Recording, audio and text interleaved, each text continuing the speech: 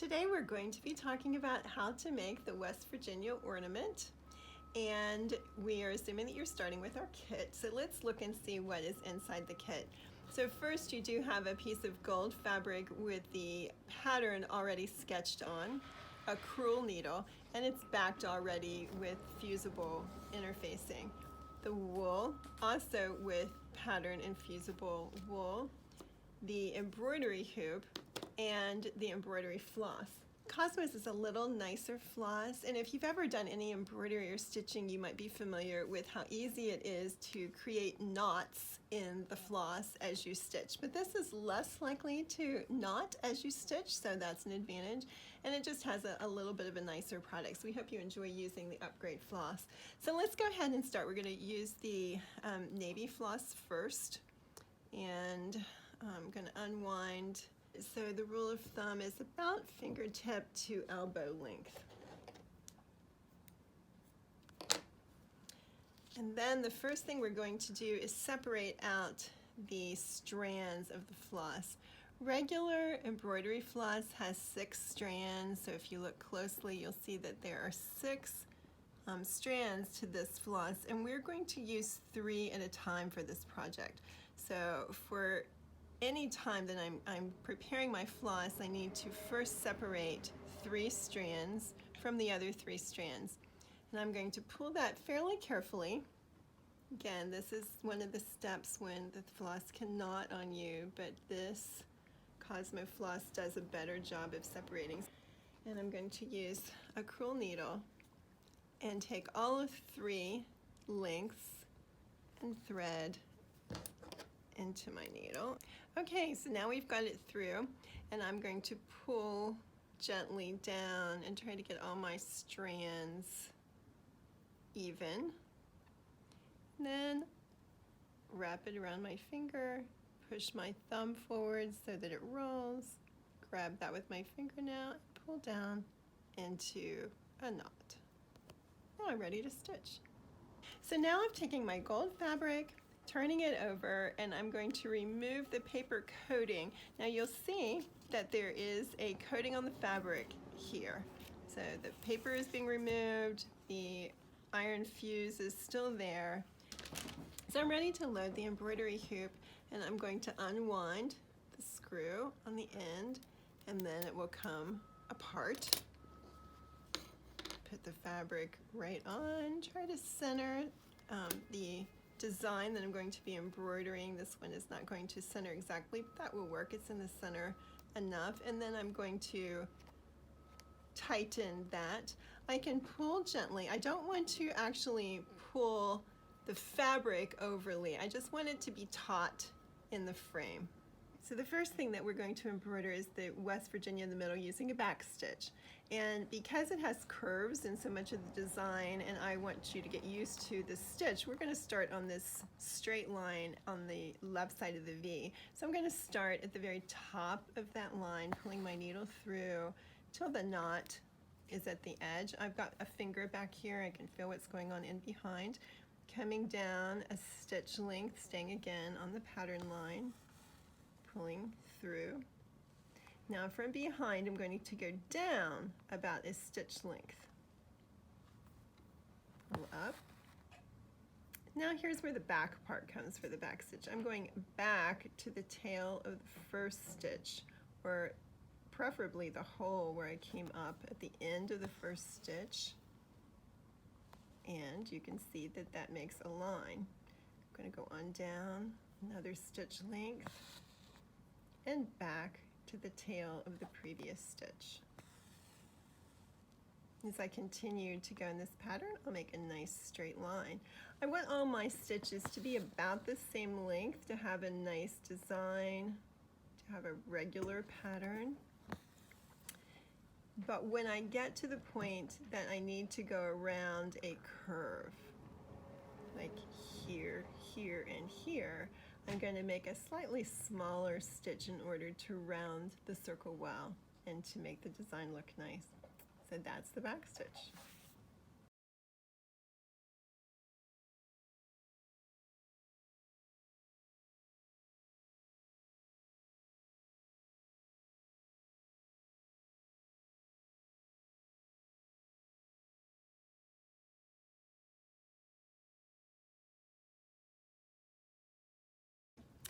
So the next step is making the wreath, which will be made along the inner circle, and is one of my favorite stitches. It's called the fly stitch, continuous fly stitch, and we're going to start on the side but near the bottom.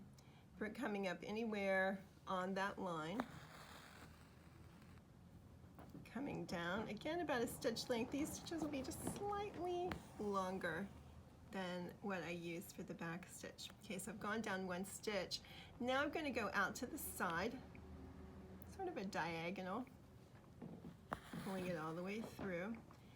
Here's where I'm going to grab the floss with my thumb, because I'm going to go about the same length on the other side. I'm going to make this stitch a little differently, keeping that here. I'm not pulling that through, and coming back right here on the line where I stopped before. So I've still got this loop. I'm pulling my needle through, down, keep on going, catching that, and I've made two nice little leaves starting my vine.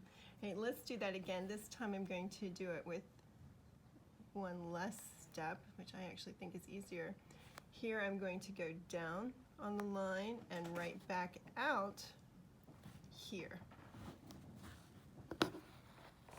Pulling it, grabbing it with my thumb, over on this side, down, and guiding it with my finger underneath, coming back at the base of that previous stitch, pulling it through. Here we go with more vine. Again, on the line, out to the side.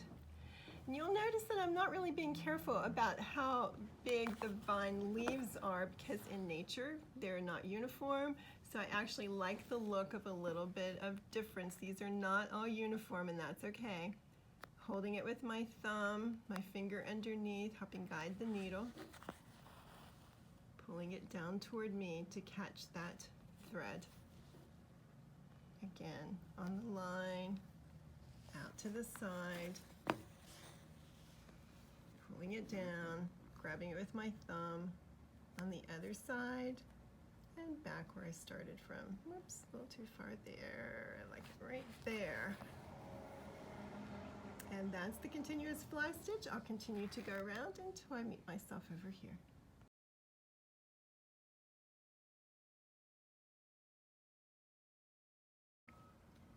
So now I'm doing my very last stitch, sort of a shorter stitch. I'm catching that last set of leaves. Then I'm going to take my needle down right on the other side of the floss. So here I've got the leaves right there. And I'm going to pull a stitch down to catch them and anchor them. Then I'm ready to knot off on the back, going under some previous stitches and knotting off. So I've already loaded my needle again with the blue, and I've separated out. I've got 3 strands of blue on my needle, knotted on the bottom, and I'm ready to make berries on my wreath. So I'm going to make them on each side of the vine, and I can put them wherever I want them. It's up to me, it's my design. Again, this is a French knot, so I'm going to pull the needle all the way through, grab a hold with my fingers, and wrap my needle 3 times around the thread. Insert very close, not in the same hole, but very close to the hole I came out of. Gently pull those loops down next to where I'm inserting my needle. Pull the thread all the way through the loops, catching them, and now I have a nice French knot.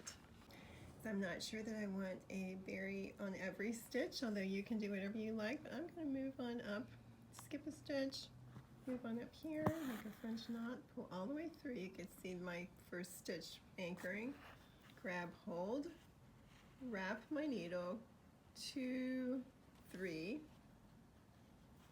insert very near, pull my floss gently so that the loops go down. There we go, down where my needle is going through. Now I'm ready to pull it through and anchor that knot. Again, I think I'll skip, Go up to here. 1, 2, 3. Very near. Pull the loops down. Pull through and anchor those loops into a knot. Again, I'm alternating, going on one side and then the other of the vine. 1, 2, 3. Insert. Pull loops down. Pull through. My berries are looking nice.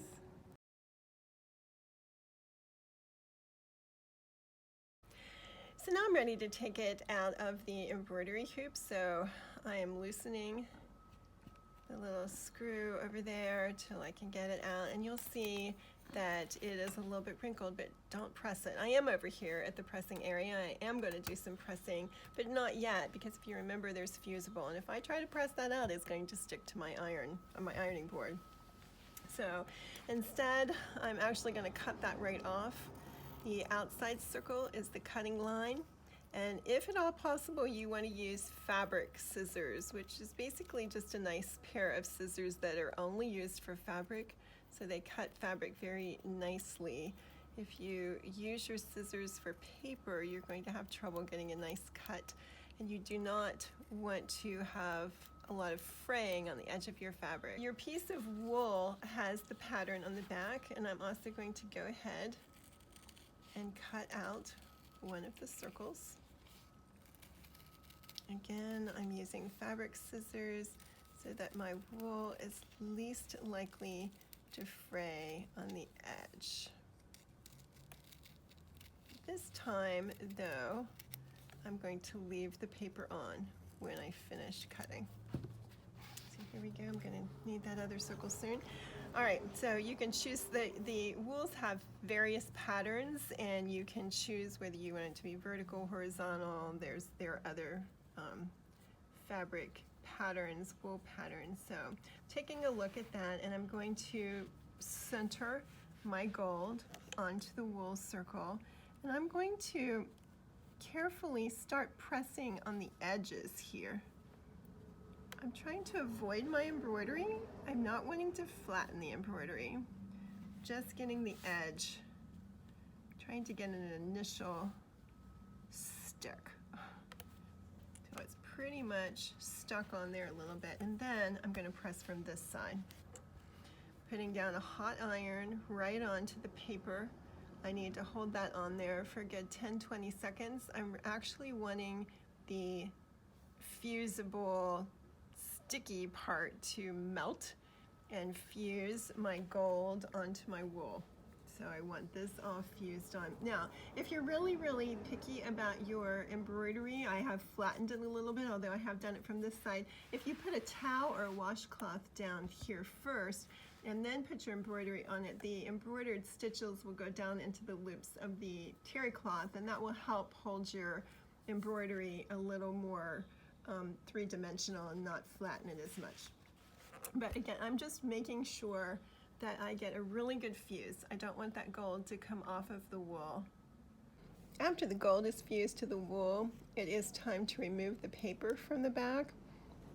Now make sure it's cooled off, because we want the fuse to stay on the wool, not on the paper. So as long as it's completely cooled off, that should work for you.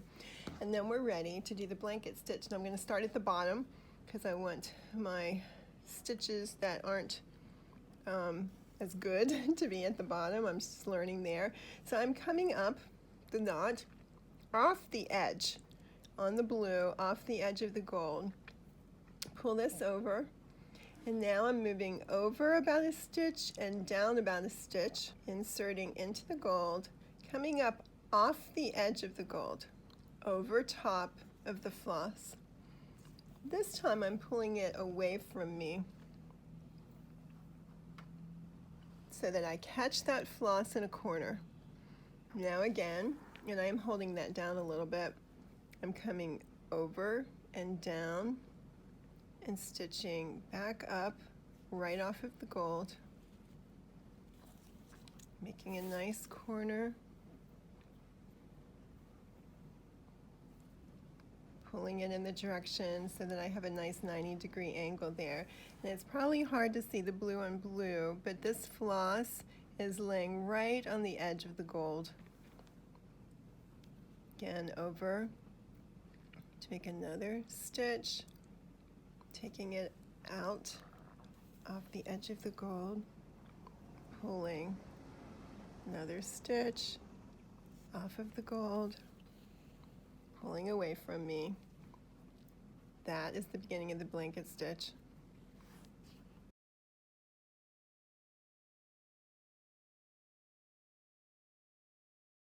I wish I could get all the way over to where I started, but I'm not going to have quite enough floss. So let's talk about what happens. Here I've pulled it and I'm holding that, and I need to stop. So I'm going to go right down on the other side of the floss again to anchor that, and then I can knot off on the back.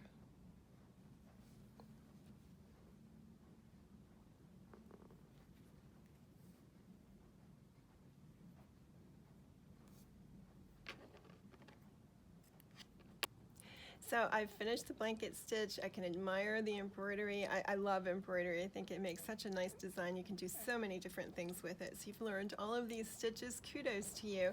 I've also cut out my other wool circle, and I'm going to go ahead and remove the paper backing. And then it's time to fuse the wools together. Now I want backs to backs.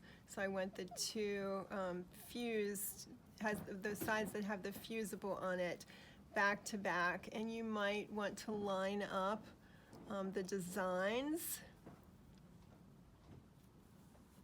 Okay, and then I'm ready to fuse from the back side. Just gonna lay that hot iron right on there and hold it for a count of 10 to 20. My fabric is cotton, my wool is literally wool, so it can take the heat. Versus a polyester, rayon, or other man-made fabric is basically a plastic. It will melt right underneath the iron. But we are not going to melt our fabric. We're literally wanting to melt the fusing so that we get a nice fuse. And I think we have a nice fuse on there already. Just going to make sure.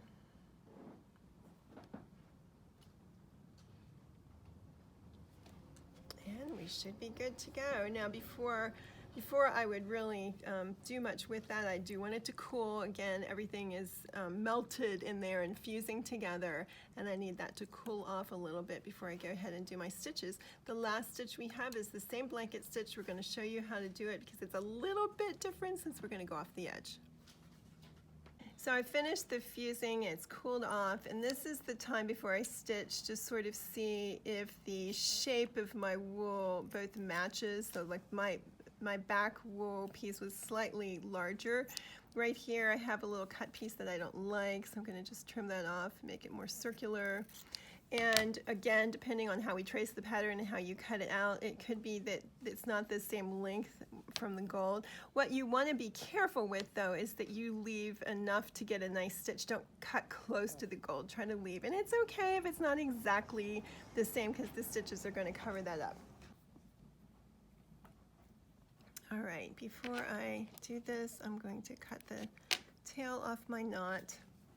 And I've found a place, I think, where I can get in between, and there we go, in between the wool pieces. And I'm going to go ahead and try to go in between the wool pieces, place where it hasn't fused as well, pull that up, and try to tuck my knot down in between the pieces of wool using my needle. Just trying to take him right in there and get rid of him between the wool so that the knot doesn't show. Okay, I'm holding that down. All right, now I'm again going to go right along the edge, stitch down, and right off the edge. I'm not on anything right now. And I'm going to pull away, and it's very important how I pull my needle because that's what's going to make this stitch be at a right angle. Again, I'm coming down near the gold, going right off the edge, but I'm going in the direction I want the stitch to be. Right off the edge, right in the direction I want the stitch to be. On the back, I'm just going to show lines, just like are on the front. By putting the other wool on, I'm covering up all the back of the embroidery that I did. And again, I'm going to have the floss lying right on the edge, and then just the single stitches showing, going in the direction that I want the stitch to be, and pulling.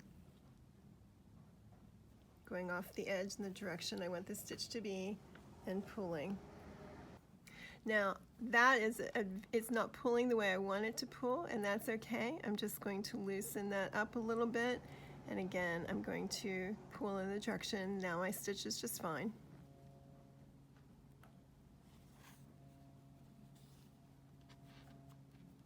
It's wanting to stick to the wool, and that may very well happen. It's not a problem, it's just part of the process.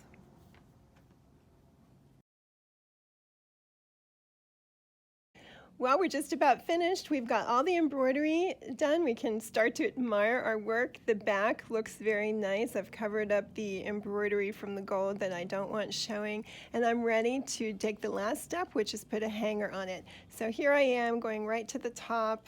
Inside, I'm going to come sort of close to the gold here, but not on the gold. Yeah, that looks like good. Pulling thread through. This can be scrap of blue. This is a little bit long actually, but it's the blue or the green, either one. When I get it all the way through, I'm just going to pull that right off of my needle. I just want thread on each side. Going to knot that off.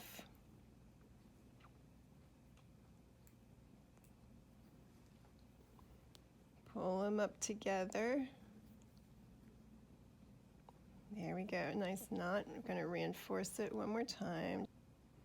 There we go, pulling it from the top and the bottom to make it nice and tight, and trimming off the excess here. And I'm all ready to hang it on my tree.